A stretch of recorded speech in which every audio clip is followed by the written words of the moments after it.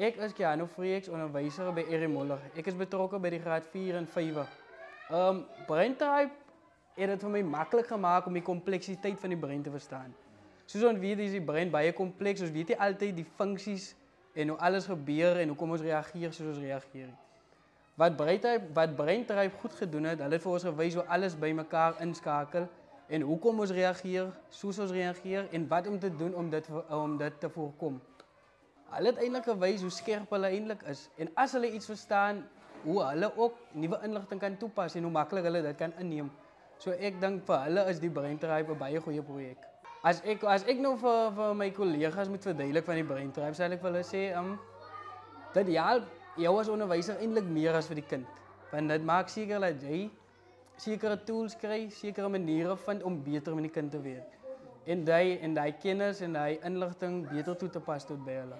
Soos die kinders by die skool waar ons betrokke is, die kinders se omgewing, se agtergrond, by die huis is dit altyd soos wat 'n mens sal dink nice. Dis nie baie nice nie.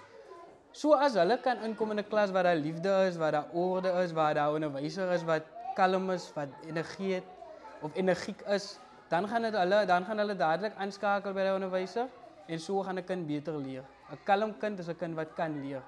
So ons wil maar net die stres verminder in die klaskamer. So alles die druk van die onderwysers ook dadelik af.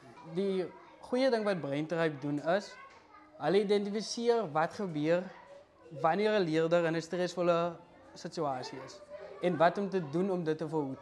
So ek dink wanneer hulle in hulle persoonlike lewe weer in 'n stresvolle situasie moet wees, sal hulle weet wat om te doen daarmee en hoekom ek reageer soos ek doen en hoe kan ek nou dit verbeter.